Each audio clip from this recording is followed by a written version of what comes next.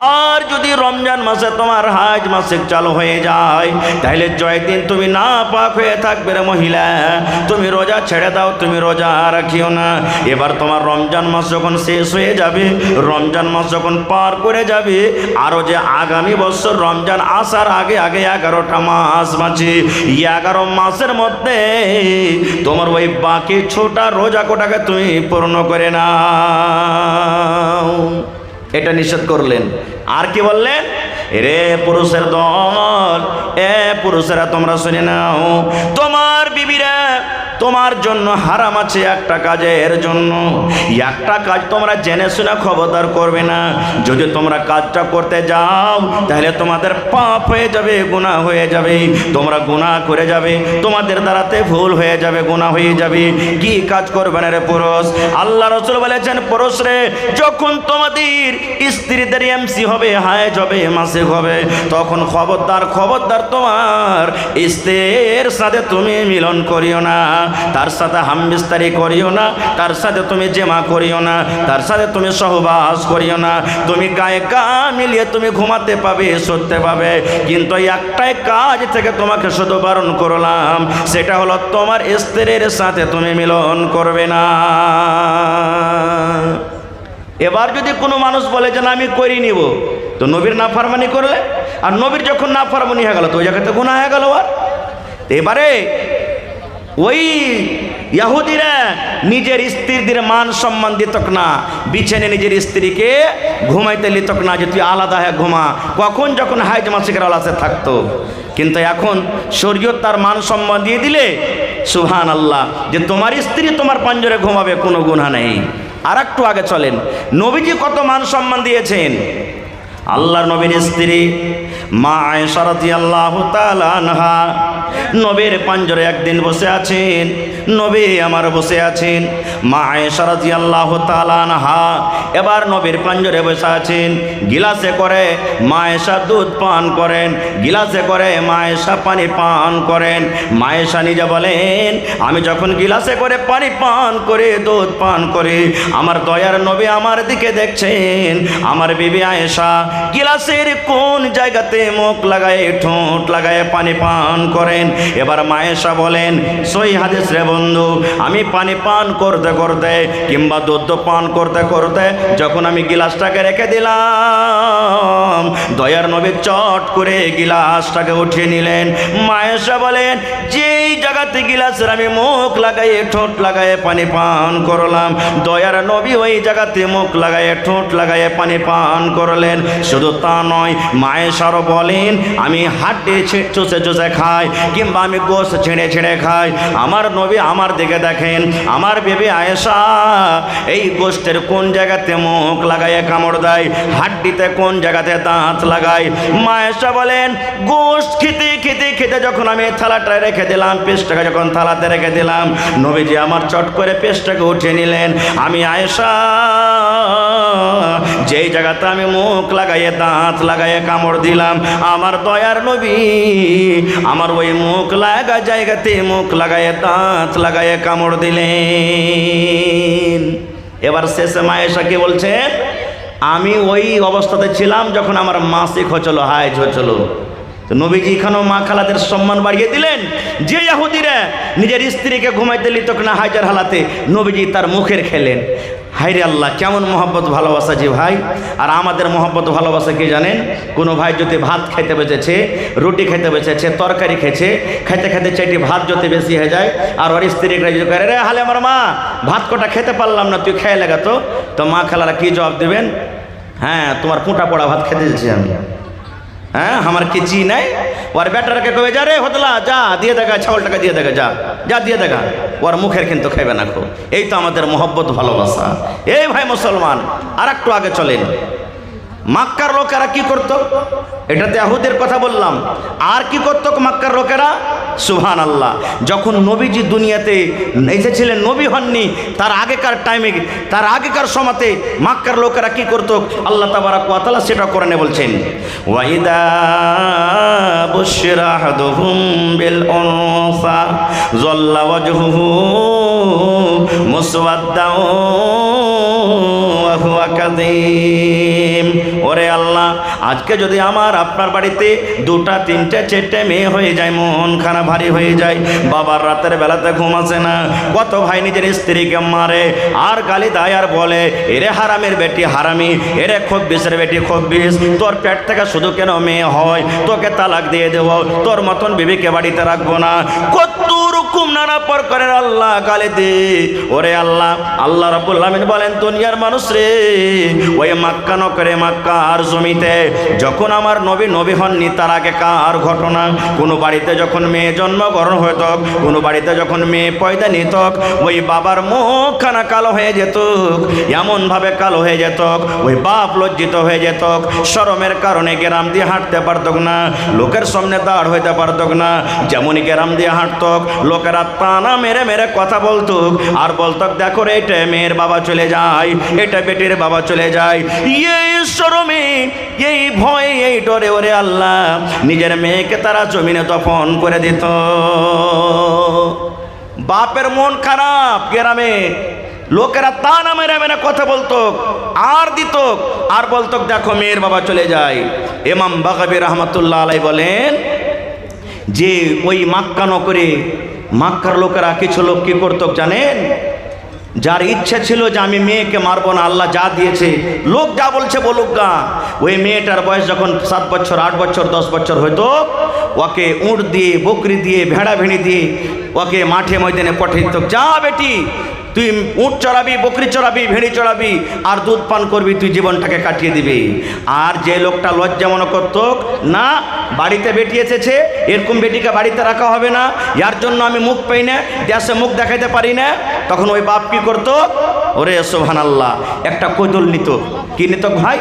একটা কোদল নিত, আর কোদলটাকে নিয়ে জঙ্গলের ভিতরে চলে যেত, নিজের স্ত্রীকে জানাইত না। ইমাম বাগাবী রহমাতুল্লাহ আলাইহি বলছেন যে কোদল নিয়ে জঙ্গলের ভিতরে চলে যেত, আর চলে যাওয়ার পর জঙ্গলের ভিতরে বেটিকে দফন করবো বলে একটা গর্ত খাল করে চলে আসতো বাড়ি।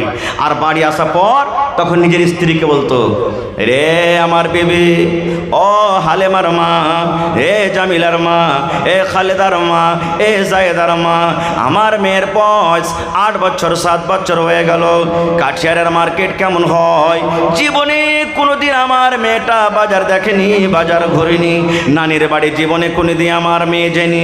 এক কাম করো রে বেবে, আমার কলেজার টুকরাকে তুমি সুন্দর করে সাজাইয়া দাও, সুন্দর করে তাকে নতুন জামা কাপড় দিয়ে দাও, সুন্দর করে তাকে তেল কাজল দিয়ে দাও, কারণ আমি তাকে মেলা ঘুরতে নিয়ে যাব, বাজারের দিকে নিয়ে যাব। হায় রে মা, মা জানতো না আমার স্বামী কেন আমাকে এরকম কথা বলেন। মা মনে মনে বলতো, আল্লাহ রে, আমার মেয়েটাকে মনে হয় আমার স্বামী আর মারবে না। তারপরে দয়া হয়ে গেছে, তারপরে ময়া হয়ে গেছে, তাকে ভালোবেসেছে, যার কারণে এত সুন্দর করে কথা বলেন। মা খুশি খুশি হয়ে ওরে আল্লাহ সুন্দর করে নিজের মেয়েকে গোসল দিয়ে, নতুন জামা কাপড় পরে, তেল কজল দিয়ে নিজের স্বামীর হাতে তুলে দিতেন। এবার স্বামী কি করতেন, নিজের মেয়ের হাত খানকে ধরে টানতে টানতে টানতে মেলা দেখার বাহানাতে কোথায় নিয়ে যেতেন, ওই জঙ্গলের ভিতরে তাকে নিয়ে চলে যেতেন, যে জায়গাতে কোনো বাড়ি নাই, যে জায়গাতে কোনো গ্রাম নাই, যে জায়গাতে কোনো লোকজন নাই। এবার হাঁটতে হাঁটতে মেয়ে বলতো, আব্বা গো, কোথায় আপনি আমাকে নিয়ে যান, এই জায়গাতে কোনো বাড়ি নাই, এখানে কোনো দোকান নাই, এখানে কোনো লোকজন নাই, এখানে কোনো রকমের মেলা নাই, বাজার নাই, কোথায় আপনি নিয়ে যাবেন? এবার আব্বা বলতেন, বেটি রে, এই জঙ্গলের পর, এই জঙ্গলটা পার করার পর একটা বাজার আছে রে মেয়ে, ওই বাজারে তোমাকে নিয়ে যাব, তুমি তাড়াতাড়ি করে চলো। এই কথা বলতে বলতে ওই জঙ্গলের ভিতরে যেখানে গর্ত করে এসেছিল, গর্তর পাঞ্জরে নিয়ে যেত, আর নিয়ে যাওয়ার পর সুবহানাল্লাহ তাকে বলা হতো কি, বাপ বলতো, বেটি রে, এই গর্তটা কত বড় আছে রে মা, তুমি একটু নজর করে দেখো তো, একটু দেখো তো, চোখ মেল করে দেখো তো, এই খালটা কত বড় আছে।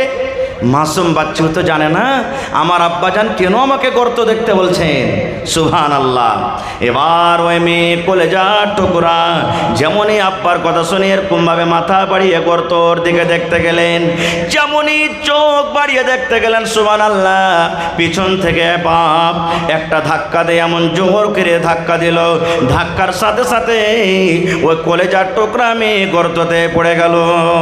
যেমনই গর্ততে পড়ে যাওয়া মেয়ে কাঁদতে শুরু করলো, আর গর্ততে পড়ে পড়ে বলে, আব্বা গো, কেন তুমি আমাকে গর্ততে ফেলে দিলে, কেন তুমি আমাকে খালে ডাকিয়ে দিলে। এবার আব্বা বলতো, ও আমার কলিজার টুকরা মেয়ে, যে দিন থেকে তুমি আমার বাড়িতে জন্ম নিয়েছো, যেদিন থেকে তুমি আমার বাড়িতে এসেছো, আমার রাতের বেলাতে ঘুম আসে না, তোমায় আমি নিয়ে চিন্তায় পড়ে আছি।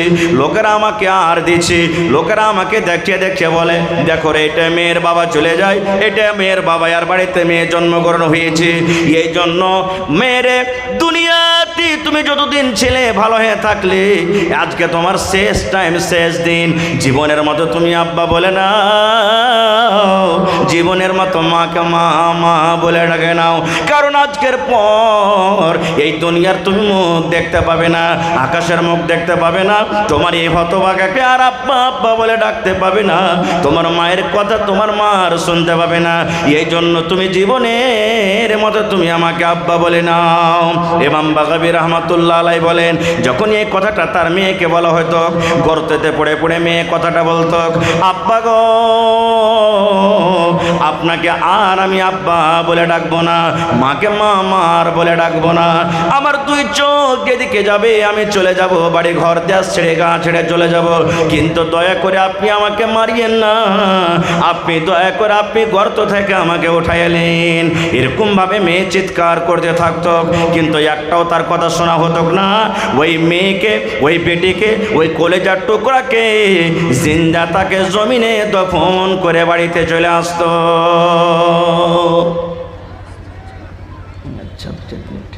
দফন করে আসতো। এবার নবীজি মেয়েদের মান সম্মান কত বাড়ালেন জানে? যে মেয়েকে দফন করা হতো সেই নবী মেয়েদের ব্যাপারে কত বড় খুশখবরি দিন, পায়গাম দিলেন জানে? এ মেয়ের বাবা, তোমরা শুনে নাও, এই হাদিসে দুটা মেয়ের কথা বলা হয়েছে। যার বাড়িতে দুটা মেয়ে জন্মগ্রহণ করলো, কিংবা যাকে দুটা মেয়ে দিয়ে আজমাইশ করা হলো, যাকে দুটা মেয়ে দিয়ে ইমতিহান করা হলো, যার বাড়িতে দুটা মেয়ে জন্মগ্রহণ হলো, এখানে দুটার কথা আছে, কিন্তু কোনো হাদিসে তিনটার আছে, কোনো হাদিসে একটার আছে, কোনো হাদিসে তিনটার আছে, কোনো হাদিসে পাঁচটার আছে। সোজাসুজি কথা রে বন্ধু, আল্লাহ রাসূল বলেন, উম্মত, যার বাড়িতে মেয়ে জন্মগ্রহণ করেছে ওই মেয়েকে শক্তি হিসাবে যদি পড়িয়ে লেখি, দিনই তালিম দিয়ে, মেয়ে যখন বড় হয়ে যাবে তার একটা সুন্দর জামাই দেখি, সুন্দর বাড়ি দেখি, সুন্দর ঘর দেখি, যদি তার বিয়ে লাগিয়ে দিতে পারে, নবীজি এলান করে দিলেন, মেয়ের বাবারে, ওই মেয়ের বাবা আমি নবী জান্নাতের ভিতরে থাকবো। কেমন হয়ে জান্নাতে থাকবো?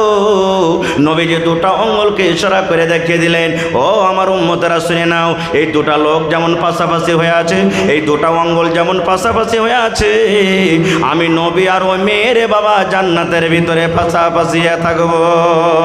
নারে তাকবীর।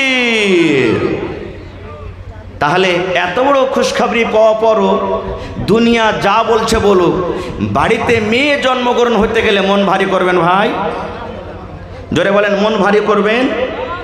মন ভারী করতে গেলে জান্নাতের ভিতরে নবীর সাথী হইতে পারবেন না। মন খুশি করে রাখতে হবে, আর আল্লাহর কাছে দোয়া করতে হবে, আল্লাহ তুমি মেয়ে দিয়েছো, একটা খুব বড় নিয়ামত, আল্লাহ তুমি তার ব্যবস্থা তুমি করো, আমার কাছে কিছু নেই। এবার আর একটা হাদিস বলি ভাই, আমাকে লাইনটা একটু অন্যদিকে পাল্টাতে হবে, এর জন্য আর একটা হাদিস বলে দিই যে হাজী মাওলানা নবীজির কয়জন মেয়ে ছিলেন, আর নবীজি নিজের মেয়েকে কত ভালোবাসতেন, এর কি কোনো হাদিস আছে? আছে, বুখারী শরীফের হাদিস। আল্লাহর নবীর 4 জন মেয়ে ছিলেন। কয়টা মেয়ে? জোরে বলে। হ্যাঁ, ছেলেগুলা সব ছোট বয়সী মারা গেছেন, আর মেয়ে শুধু বড় হয়ে মারা গেছেন। নবীজির বেঁচে থাকাকালে 3 জন মেয়ে মারা গেছে, আর মরার পর নবীজির মা ফাতেমা ছোট মেয়ে মারা গেছেন। বাস 5 থেকে 10 মিনিট আমি শেষ করছি কথা। এবার নবীকে মক্কার লোকেরা কি বলতেন? ইন্না আতাইনা কাল কাউসার ফসল্লি লিরাব্বিকা ওয়ানহার ইন্না শানিয়াকা হুয়াল, কি আছে বলে?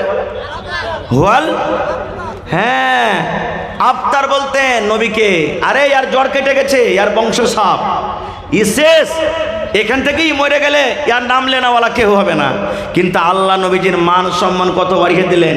যখন যখন আল্লাহর জিকির আছে, আল্লাহর নাম আছে, তখন তখন নবীর নাম আছে না? আজানে দি আশহাদু আল্লাহ ইলাহা ইল্লাল্লাহ, তারপরে কি আছে? আশহাদু আন্না, জোরে বলে, মুহাম্মাদার, হ্যাঁ ওদিকে আমি যাবো না, ওদিকে আলাদা বিষয়। তবে সুবহানাল্লাহ, নবীজি নিজের মেয়েকে কত ভালোবাসতেন। নবীজি সোমবারের দিন মারা গেছেন, দিন ছিল সোমবার, একবারে 7টা-8টা বেলা এই মতো টাইমে নবীজির সমস্ত স্ত্রীরা নবীর পাঞ্জরে বসে আছেন, সাহাবাই কেরাম বসে আছেন। এবার নবীজি নিজের বিবি রেখে বলছেন, কই আমার মা, আমার কলেজার টুকরা কই? নবীজি নিজের মা, মেয়েকে ফাতেমাকে মা মা বলে ডাকতেন। বলছেন, কই আমার মা, আমার কলেজার টুকরা ফাতেমা কই? দুটা কথা বলবো। ফাতেমাকে খবর দেওয়া হলো, ফাতেমা তোমার আব্বা তোমাকে ডাক দিয়েছে, চলো তাড়াতাড়ি করে। এবার ফাতেমা রাদিয়াল্লাহু তাআলা আনহা এবার নবীর কাছে এলেন। আসার পর নবীজি মুখে কথা বলতে পারেন না, নবীজি শরীরটা দুর্বল কমজোর হয়ে গেছে। এবারে নবীজি নিজের মেয়ে ফাতেমাকে ইশারা করছেন। কি ইশারা? রে আমার কলেজা টুকরা মেয়ে, ও বেটি ফাতেমা, আমার বিবিরা আমার পাঞ্জরে বসে আছেন, আমার সাহাবীরা আমার পাঞ্জরে বসে আছেন। মা গো, আমি তোমাকে আস্তে করে কিছু কথা বলবো, যেন আমার কথাগুলো আমার সাথীরা না শুনে, আমার সাহাবীরা না শুনে, আমার কথা যেন আমার বিবিরা না শুনে। ও মা ফাতেমা, তোমার কানটা আমার মুখের কাছে লাগাইয়া দাও, আমার মুখের কাছে তোমার কানখানা লাগাইয়া দাও। আমি তোমাকে আস্তে আস্তে করে কিছু কথা বলবো, যেন আমার কথা আমার সাহাবীরা শুনতে না পায়। ফাতেমা, তোমার কানটা মা আমার মুখের কাছে একটু লাগতো, আমি তোমাকে কিছু আস্তে করে কথা বলবো। যখন কথাটা বলা, আল্লাহ নবীর স্ত্রীরা বলছেন, আল্লাহ কি হলো? নবীজি কোন এমন কথা বলবেন যেটা আমরা জানতে পারলাম না?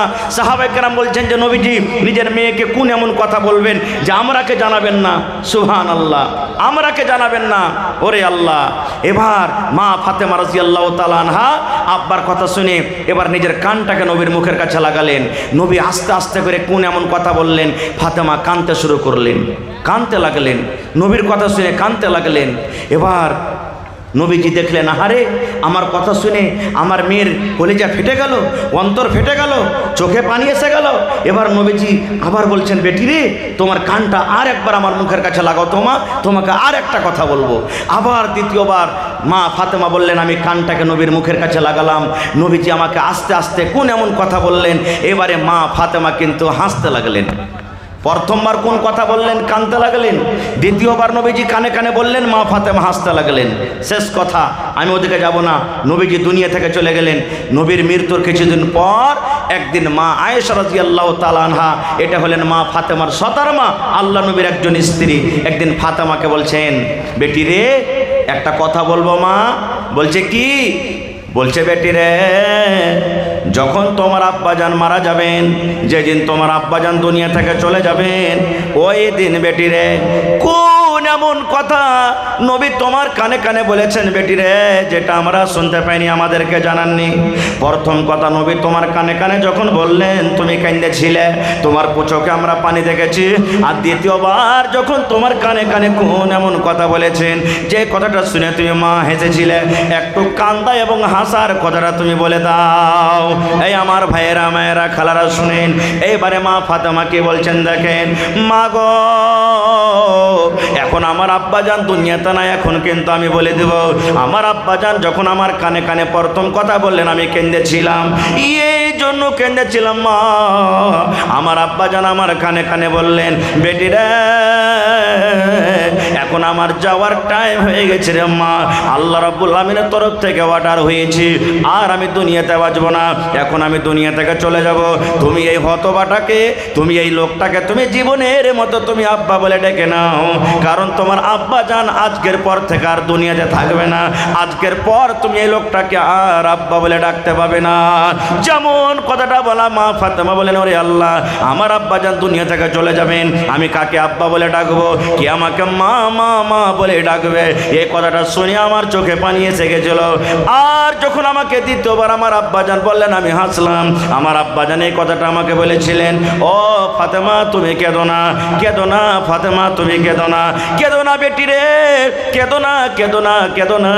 কারণ আমার মরার পর, আমার মৃত্যুর পর, আমার দুনিয়া থেকে যাওয়ার পর, আমার বংশের মধ্যে, আমার খানদানের মধ্যে সর্বপ্রথম যে আমার সাথে দেখা করবে সেটা হবে মা ফাতেমা তুমি। ঠিক আল্লাহ নবীর 6 মাসের মৃত্যুর পর মা ফাতেমা রাদিয়াল্লাহু তাআলা আনহা দুনিয়া থেকে চলে গেছিলেন।